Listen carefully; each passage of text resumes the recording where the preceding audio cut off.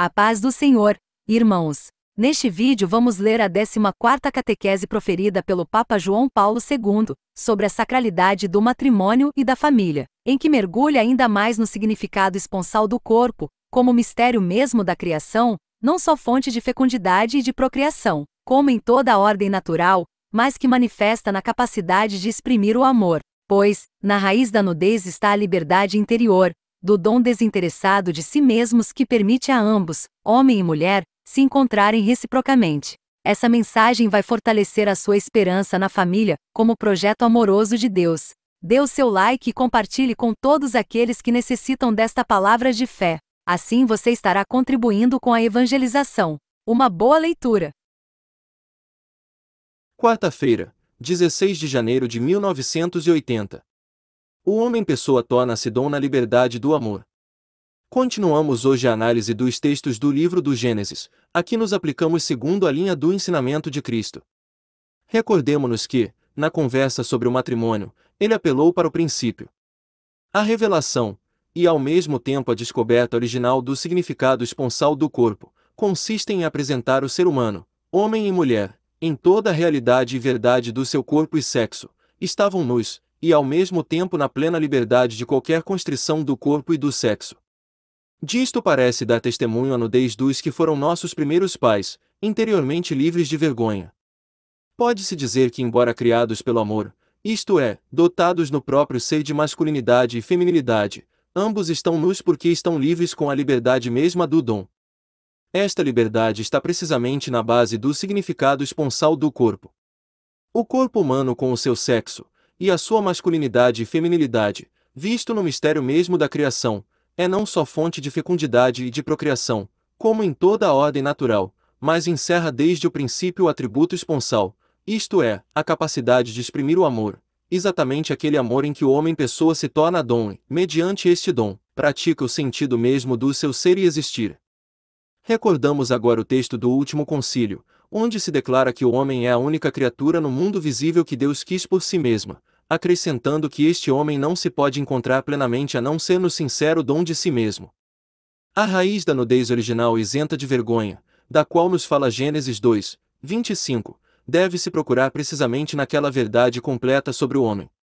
Homem e mulher, no contexto do seu princípio beatificante, estão livres com a mesma liberdade do dom. De fato, para poderem manter-se na relação do dom sincero de si e para se tornarem um tal dom um para o outro, através de toda a sua humanidade feita de feminilidade e masculinidade, também em relação com aquela perspectiva de que fala Gênesis 2, 24, eles devem estar livres precisamente desta maneira. Entendemos aqui a liberdade sobretudo como domínio de si mesmos, autodomínio.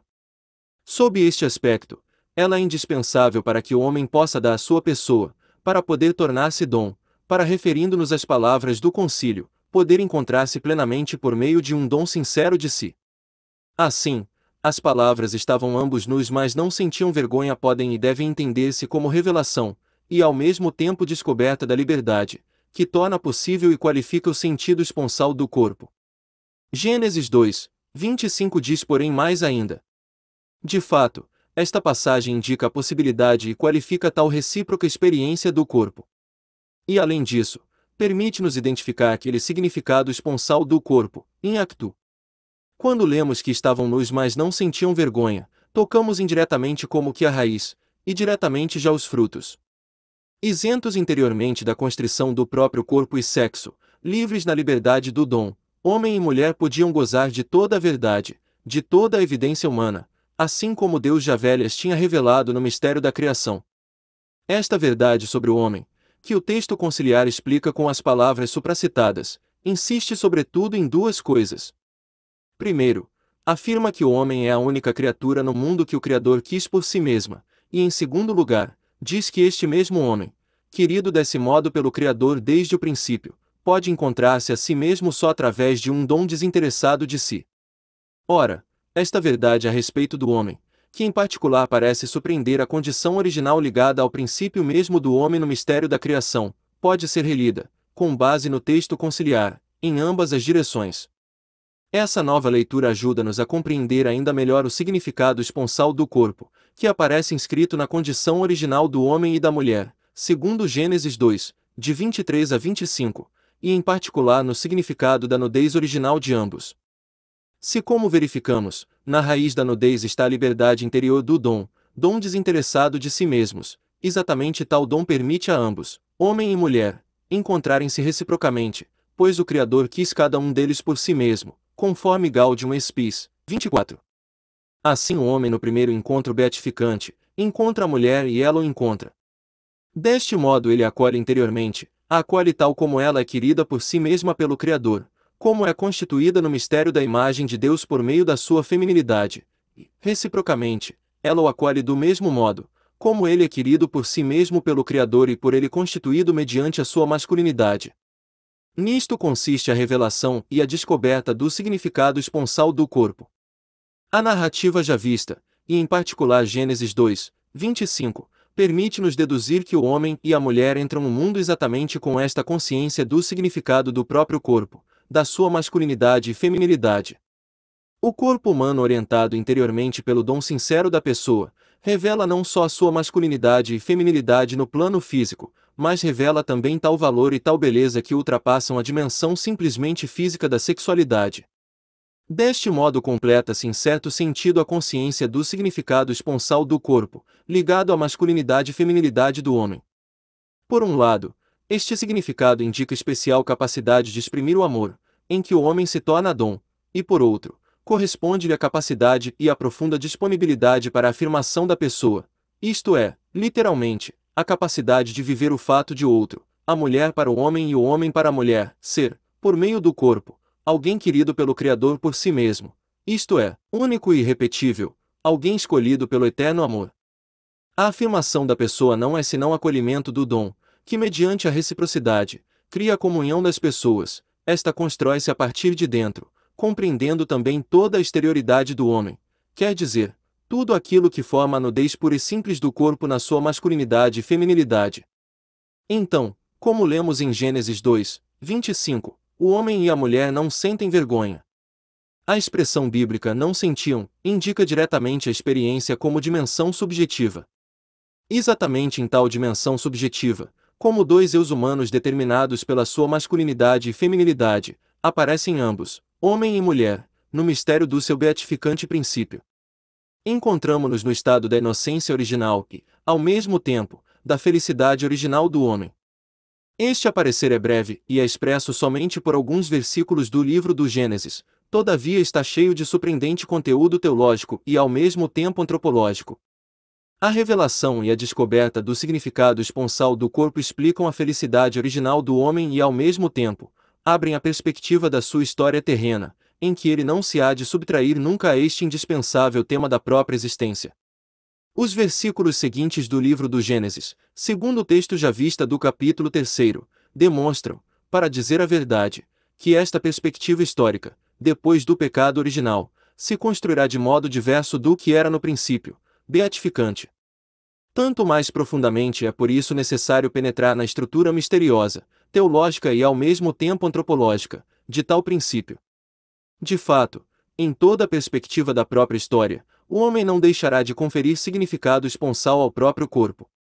Embora este significado sofra e venha a sofrer muitas deformações, manter-se-á sempre o nível mais profundo, que exige ser sempre revelado em toda a sua simplicidade e pureza, e manifestar-se em toda a sua verdade, como sinal da imagem de Deus. Por aqui passa também o caminho que leva do mistério da criação à redenção do corpo, conforme Romanos 8. Permanecendo, por agora, no limiar desta perspectiva histórica, damo-nos claramente conta, baseados em Gênesis 2, de 23 a 25, do mesmo laço que existe entre a revelação e a descoberta do significado esponsal do corpo e a felicidade original do homem. Esse significado esponsal é também beatificante, e como tal, manifesta definitivamente toda a realidade daquela doação de que nos falam as primeiras páginas do livro do Gênesis. A leitura delas nos convence de a consciência do significado do corpo que dela deriva, em particular do seu significado esponsal, constituir o elemento fundamental da existência humana no mundo. Este significado esponsal do corpo humano só se pode compreender no contexto da pessoa. O corpo tem significado esponsal porque o homem-pessoa, como diz o concílio, é criatura que Deus quis por si mesma, a qual ao mesmo tempo, não pode encontrar-se plenamente senão mediante o dom de si mesma. Se Cristo revelou ao homem e à mulher, acima da vocação do matrimônio, outra vocação, a de renunciar ao matrimônio em vista do reino dos céus, com esta vocação pôs em relevo a mesma verdade sobre a pessoa humana. Se um homem ou uma mulher é capaz de fazer dom de si pelo reino dos céus, isto prova por sua vez, e porventura até mais ainda, que há a liberdade do dom do corpo humano. Quer dizer que este corpo possui pleno significado esponsal. Notas. Mais ainda, quando o Senhor Jesus pede ao Pai que todos sejam um, João 17, 21, 22, sugere abrindo perspectivas inacessíveis à razão humana, que há certa analogia entre a união das pessoas divinas entre si e a união dos filhos de Deus na verdade e na caridade. Esta semelhança torna manifesto que o homem, única criatura sobre a terra a ser querida por Deus por si mesma, não se pode encontrar plenamente a não ser no sincero dom de si mesmo. Gaudium Spes 24. A análise estritamente teológica do livro do Gênesis, em particular Gênesis 2, de 23 a 25, consente-nos fazer referência a este texto. Constitui isto outra transição entre a antropologia adequada e a teologia do corpo, intimamente ligada a esta descoberta das características essenciais da existência pessoal na pré-história teológica do homem.